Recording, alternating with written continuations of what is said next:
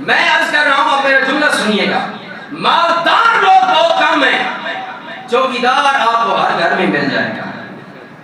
مالدار کم ہے، چوکیدار آپ کو ہر گھر میں ملے گا، جھونپڑیوں میں بھی آپ کو چوکیدار مل جائے گا، مالدار نہیں ملے گا۔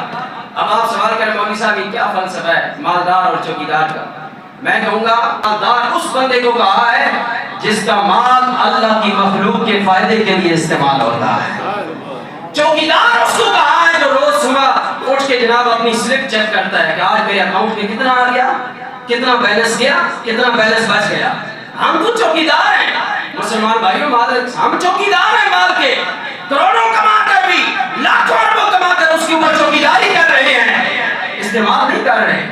اس لیے ہم مالدار نہیں، ہم چوکیدار ہیں۔